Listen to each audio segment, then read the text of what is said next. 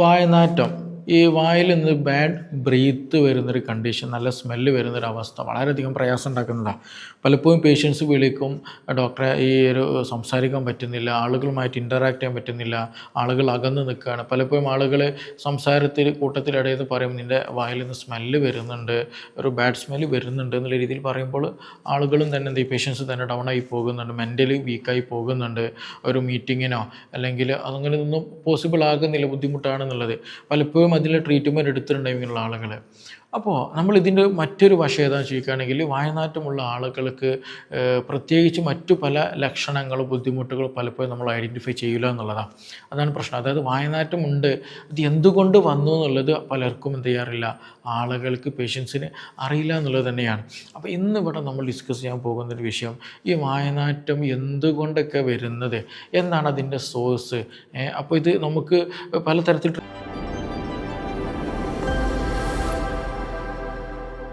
വായനാറ്റം ഈ വായിൽ നിന്ന് ബാഡ് ബ്രീത്ത് വരുന്നൊരു കണ്ടീഷൻ, നല്ല സ്മെല്ല് വരുന്നൊരവസ്ഥ വളരെയധികം പ്രയാസം ഉണ്ടാക്കുന്നതാണ്.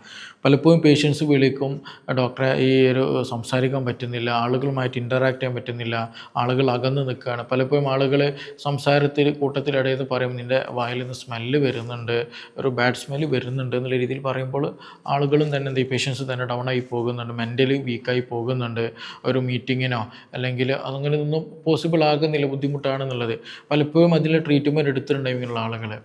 അപ്പോൾ നമ്മളിതിൻ്റെ മറ്റൊരു വശം ഏതാണെന്ന് ചോദിക്കുകയാണെങ്കിൽ, വായനാറ്റമുള്ള ആളുകൾക്ക് പ്രത്യേകിച്ച് മറ്റു പല ലക്ഷണങ്ങളും ബുദ്ധിമുട്ടുകളും പലപ്പോഴും നമ്മൾ ഐഡൻറ്റിഫൈ ചെയ്യില്ല എന്നുള്ളതാണ്. അതാണ് പ്രശ്നം. അതായത് വായനാറ്റമുണ്ട്, ഇത് എന്തുകൊണ്ട് വന്നു എന്നുള്ളത് പലർക്കും എന്ത് ചെയ്യാറില്ല, ആളുകൾക്ക് പേഷ്യൻസിന് അറിയില്ല എന്നുള്ളത് തന്നെയാണ്. അപ്പോൾ ഇന്നിവിടെ നമ്മൾ ഡിസ്കസ് ചെയ്യാൻ പോകുന്നൊരു വിഷയം, ഈ വായനാറ്റം എന്തുകൊണ്ടൊക്കെ വരുന്നത്, എന്താണ് അതിൻ്റെ സോഴ്സ്. അപ്പോൾ ഇത് നമുക്ക് പലതരത്തിൽ ട്രീറ്റ്മെൻറ്റ് എടുക്കുന്ന മൗത്ത് വാഷ് യൂസ് ചെയ്യുന്ന ആളുകളും അല്ലെങ്കിൽ താൽക്കാലികമായിട്ടും ജീരകമോ അങ്ങനെ എന്തെങ്കിലുമൊക്കെ വാലിട്ട് ചവക്കുന്ന ആളുകളൊക്കെ ഉണ്ടായിരിക്കും. പക്ഷേ ഇത് കംപ്ലീറ്റ് മാറാൻ എന്തൊക്കെ മാർഗ്ഗങ്ങളുണ്ട്, എന്തൊക്കെ കാരണങ്ങളെ കൊണ്ട് ഇത് സംഭവിക്കുന്നുണ്ട്, ഇത് വായനാറ്റമുള്ള ആളുകൾ കഴിക്കേണ്ട ഭക്ഷണങ്ങളുണ്ട്, ഒഴിവാക്കേണ്ട ചില ഭക്ഷണങ്ങളുണ്ട്, അതുപോലെ തന്നെയാണ് അവർ ലൈഫ് സ്റ്റൈൽ കൊണ്ടുവരേണ്ട മാറ്റങ്ങൾ ഏതൊക്കെയാണ്, ഇതെല്ലാം നമ്മൾ അറിഞ്ഞിരിക്കുന്നത് വളരെ അത്യാവശ്യമാണ്. അപ്പോൾ ഇന്ന് ഇവിടെ നമ്മൾ ഈ സെഷനിൽ ഡിസ്കസ് ചെയ്യാൻ പോകുന്ന ടോപ്പിക്ക്, ഈ വായനാറ്റം അല്ലെങ്കിൽ ബാഡ് ബ്രീത്ത് എന്തുകൊണ്ടാണ് വരുന്നത്, എങ്ങനെ നമുക്കത് മാനേജ് ചെയ്യാം, എന്താണ് ബാഡ് ബ്രീത്തിൻ്റെ ബാക്കിലുള്ള റീസൺസ് എന്നതിനെ കുറിച്ചിട്ടാണ്. എൻ്റെ പേര് doctor Siraj, medical officer, QNB health care, Koduvally. അപ്പോൾ ഈ ബാഡ് ബ്രീത്ത്, വായനാറ്റം എന്ന് പറയുന്നത് പല കാരണങ്ങളെ കൊണ്ടും ഉണ്ടാകാറുണ്ട്. ഒന്ന് ഈ പറഞ്ഞതുപോലെ നമ്മുടെ വായയുമായി ബന്ധപ്പെട്ട വിഷയം തന്നെയാണ്. അതായത് ശരിയായ രീതിയിൽ ബ്രഷ് ചെയ്യുന്നില്ല, അതുപോലെ നാവ് വടിക്കുക എന്നൊക്കെ പറയും ചില നാട്ടിൽ. അപ്പോൾ നാവ് ക്ലീൻ ചെയ്യാത്തൊരവസ്ഥ, അതുപോലെ ചിലപ്പോൾ എന്ത് ചെയ്യും, പല്ലിൻ്റെ ഉള്ളിലൊക്കെ ഭക്ഷണ പദാർത്ഥങ്ങൾ കടിഞ്ഞു കൂടിയിട്ടുണ്ടായിരിക്കും. അപ്പോൾ അങ്ങനെ ഒരു ശരിക്കും ഒരു ഹൈജീനിക്ക് കൊണ്ട് നടക്കാത്ത ആളുകളെ സംബന്ധിച്ചിടത്തോളം എന്ത് ചെയ്യും, വായയിൽ നമ്മുടെ ഭക്ഷണത്തിൻ്റെ വേസ്റ്റുകൾ ഉണ്ടായിരിക്കും. ആ ഭക്ഷണത്തിൻ്റെ വേസ്റ്റുകൾ എന്ത് ചെയ്യും, ബാക്ടീരിയ ആ ഭക്ഷണത്തിൻ്റെ വേസ്റ്റുകൾ ദഹിപ്പിക്കാൻ തുടങ്ങും. അപ്പോൾ അവർ അവിടെ അവരുടേതായിട്ടുള്ള ദഹന പ്രക്രിയ തുടങ്ങുമ്പോൾ അതിൻ്റെ ബൈ പ്രൊഡക്റ്റ് ആയിട്ട് എന്ത് ചെയ്യും, സൾഫർ അടങ്ങിയിട്ടുള്ള കോമ്പൗണ്ടുകൾ പ്രൊഡ്യൂസ് ചെയ്യും. അപ്പോൾ സ്വാഭാവികമായിട്ടും വായിൽ എന്ത് ചെയ്യും, ബാഡ് ബ്രീത്ത്, ഒരു ആവശ്യമില്ലാത്ത അല്ലെങ്കിൽ മോശപ്പെട്ട സ്മെല്ല് നമുക്ക് അനുഭവപ്പെടുന്നത്. അപ്പോൾ അൺഹൈജീനിക് ആയിട്ടാണ്, പല്ലൊന്നും തേക്കുന്നില്ല, നാവ് കൃത്യമായി ക്ലീൻ ചെയ്യുന്നില്ല എന്നുണ്ടെങ്കിൽ അവർക്ക് എന്ത് ചെയ്യും, ഈ പ്രശ്നങ്ങൾ വരും. അപ്പോൾ പല്ലിൻ്റെ ഇടയിലും ഈ പ്രശ്നങ്ങൾ ഉണ്ടായിരിക്കും. അതേപോലെ തന്നെയാണ് നമ്മുടെ നാവിൻ്റെ ആ ഒരു ലെയർ ഉണ്ടല്ലോ, ചില ആളുകൾ വൈറ്റ് കളറായിട്ട് ചിലപ്പോൾ യെല്ലോയിഷ് ലെയറൊക്കെ എന്ത് ചെയ്യും, നമുക്ക് നാവിൻ്റെ പുറത്ത് കാണാൻ പറ്റുന്നുള്ളതാണ്. അപ്പോൾ നമ്മുടെ കണ്ണുകൊണ്ട് കാണാൻ പറ്റാത്ത രീതിയിൽ ഉണ്ടാകുന്ന ഭക്ഷണ പദാർത്ഥങ്ങൾ നാവിലും അതുപോലെ വായുടെ കോർണറുകളിൽ നമ്മൾ കാണാൻ പറ്റാതെ, കണ്ണുകൊണ്ട് എത്തിപ്പെടാത്ത ഏരിയകളിലൊക്കെ എന്ത് ചെയ്യും, ഭക്ഷണ പദാർത്ഥങ്ങൾ ഉണ്ടായിരിക്കും. അത് കാരണമായിട്ട് ബാക്ടീരിയ പ്രവർത്തിച്ചത് കാരണമായിട്ട് ബാഡ് സ്മെല്ല് വരും എന്നുള്ളതാണ്. രണ്ടാമത്, പല്ലുകളിൽ എന്തെങ്കിലും കംപ്ലയിൻറ്റ് വന്നാൽ, ജിഞ്ചിവൈറ്റിസ് പോലെയുള്ള, അതേപോലെ തന്നെ ഗംസ്, നമ്മുടെ ഊന് എന്നൊക്കെ പറയുമല്ലോ, അത് പല്ല് വരുന്ന ഭാഗം, അപ്പോൾ അവിടെയെല്ലാം ഈ പറഞ്ഞതുപോലെ എന്തെങ്കിലും ഇൻഫെക്ഷനോ, ചില ആൾക്ക് പൊത്തൊക്കെ ഉണ്ടായിരിക്കും, അതായത് ദ്വാരം പല്ല് ദ്രവിച്ചിട്ട് അല്ലെങ്കിൽ മറ്റെന്തെങ്കിലും ഇൻഫെക്ഷൻ കാരണമായിട്ടൊക്കെ അവിടെ ഭക്ഷണ പദാർത്ഥങ്ങൾ അടിഞ്ഞു കൂടുകയും അവിടെ ബാക്ടീരിയ വളർന്നിട്ട് ഈ പറഞ്ഞതുപോലെ ബുദ്ധിമുട്ട് ഉണ്ടാകാറുണ്ട് എന്നുള്ളതാണ്.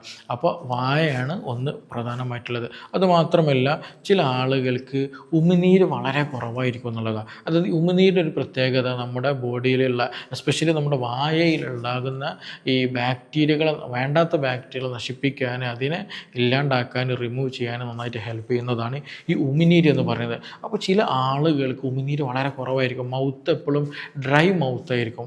വരണ്ട ഒരു മൗത്ത് വായയാണെന്നുണ്ടെങ്കിൽ എന്ത് ചെയ്യും, ഈ പറഞ്ഞതുപോലെ ബാക്ടീരിയൽ ഗ്രോത്ത് കൂടാനും ഈ പറഞ്ഞതുപോലെ ബാഡ് സ്മെൽ ഉണ്ടാകാനുള്ള സാധ്യത വളരെ കൂടുതലാണെന്നുള്ളതാണ്. അപ്പോൾ എന്ത് ചെയ്യണം, ഇങ്ങനെ എന്തെങ്കിലും ബുദ്ധിമുട്ടോ കാര്യമുള്ള ആളുകൾ ഒന്ന് നല്ല രീതിയിൽ ഉപ്പിട്ട വെള്ളം കൊണ്ട് ഗാർഗിൾ ചെയ്യുക, വായ നല്ല രീതിയിൽ ക്ലീൻ ചെയ്യുക എന്നുള്ളതാണ്.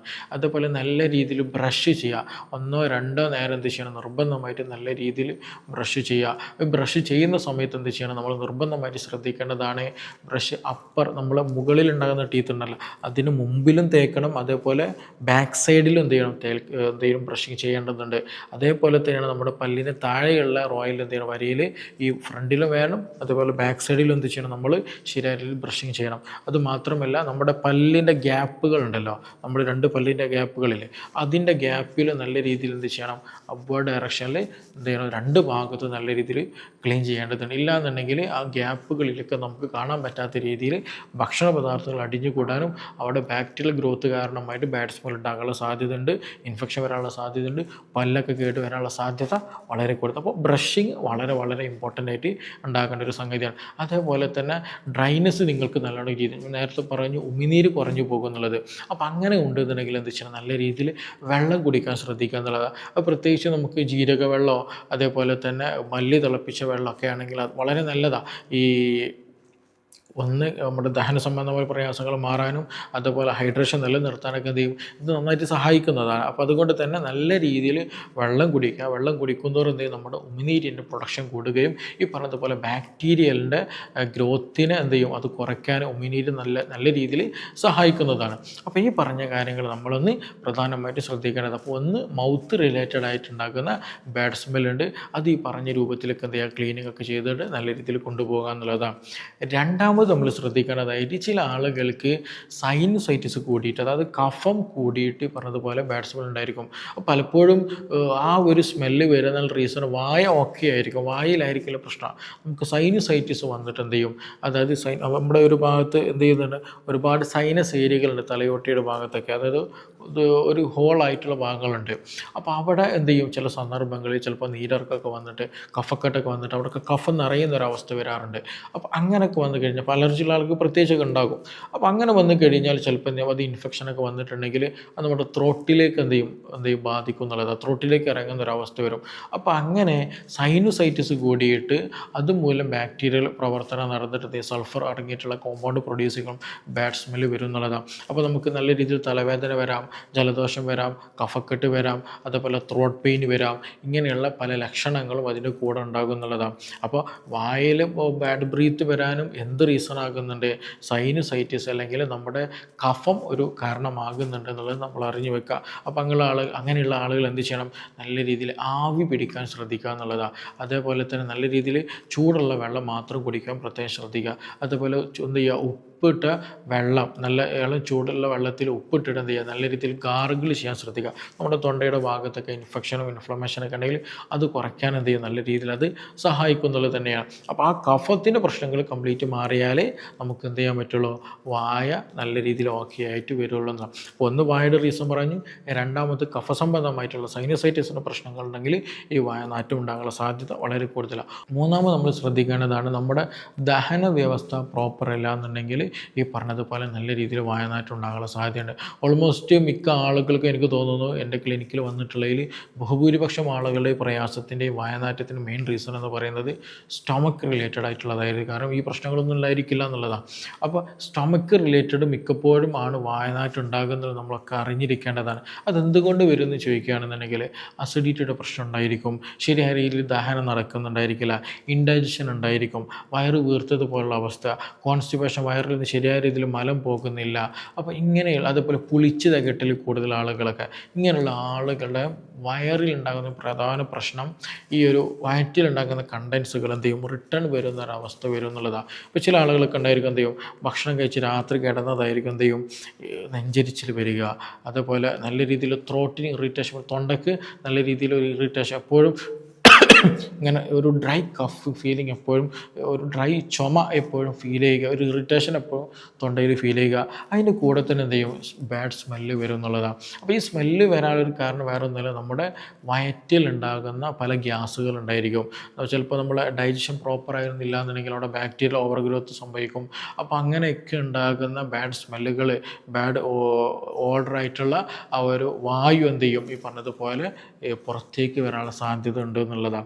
പ്രത്യേകിച്ച് ഈ നമ്മുടെ ഈസോഫാഗസ് എന്ന് പറയുന്ന ഭക്ഷണം പോകുന്ന പൈപ്പിൻ്റെ ഭാഗത്ത് ഏറ്റവും ലോവർ പാർട്ടാണ്, അവിടെയൊക്കെ വീക്ക്നെസ് ഉണ്ടെങ്കിൽ എന്ത് ചെയ്യും പുളിച്ച് തകട്ടൽ കൂടുതലായിരിക്കും. അപ്പോൾ ഈ പുളിച്ച് തകട്ടൽ, ഗ്യാസിൻ്റെ പ്രശ്നമുള്ള ആളുകൾ, മലബന്ധമുള്ള ആളുകൾ, വയറ് നല്ല വീക്കം അല്ലെങ്കിൽ നല്ല കനം ഹെവിനെസ് ഫീലുള്ള ആളുകൾ, ബ്ലോട്ടിങ് കൂടുതലുള്ള ആളുകൾക്കൊക്കെ ഈ പറഞ്ഞതുപോലെ ബാഡ് ബ്രീത്ത് ഉണ്ടാകാനുള്ള സാധ്യത വളരെ വളരെ കൂടുതലാണെന്നുള്ളതാണ്. അപ്പോൾ അതുകൊണ്ട് തന്നെ ഇങ്ങനെ ഉള്ള ആളുകൾ, ഗ്യാസ് സംബന്ധമായ പ്രയാസമുള്ള ആളുകളാണെങ്കിൽ ഒന്ന് ശ്രദ്ധിക്കേണ്ടത് നിങ്ങൾ ഭക്ഷണം എന്ത് ചെയ്യുക മിതമായ രീതിയിൽ കഴിക്കുക എന്നുള്ളതാണ്.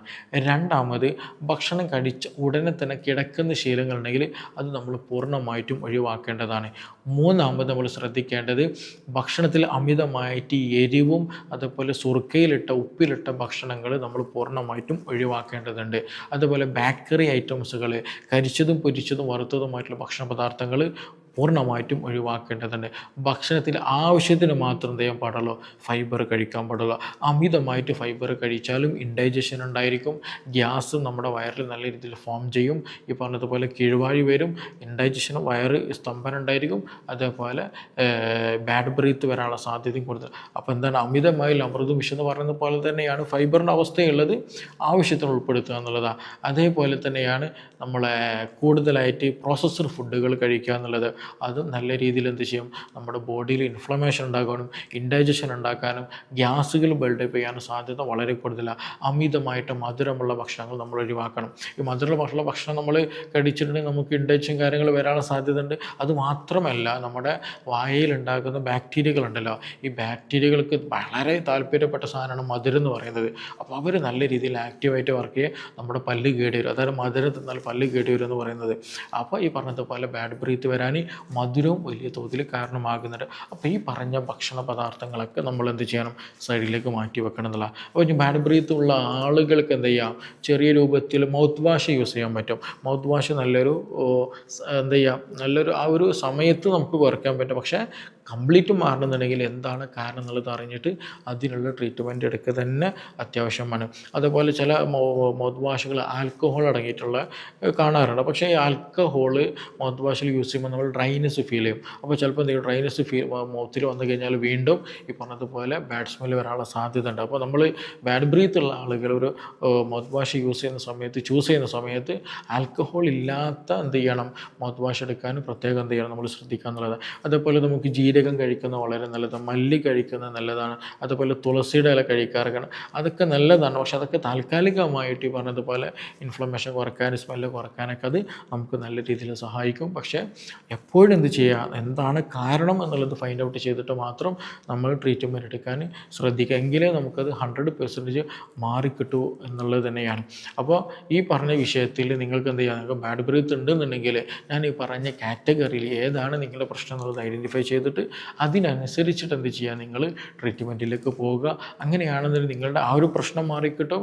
അതുമാത്രമല്ല ബാഡ് ബ്രീത്ത് അതിൻ്റെ കൂടെ തന്നെ മാറിക്കിട്ടും എന്നുള്ളത് തന്നെയാണ്. അപ്പോൾ ഈ വിഷയത്തിൽ നിങ്ങൾക്ക് എന്തെങ്കിലും സംശയങ്ങളുണ്ട്, കൂടുതലൊക്കെ അറിയാനൊക്കെ താല്പര്യമുണ്ട് ആളുകളുണ്ടെങ്കിൽ തീർച്ചയായിട്ടും താഴത്തുള്ള നമ്പറിൽ ബന്ധപ്പെടാവുന്നതാണ്. നമുക്കിനി മറ്റൊരു വിഷയവുമായി ബന്ധപ്പെട്ടിട്ട് വീണ്ടും കാണാം. Thank you.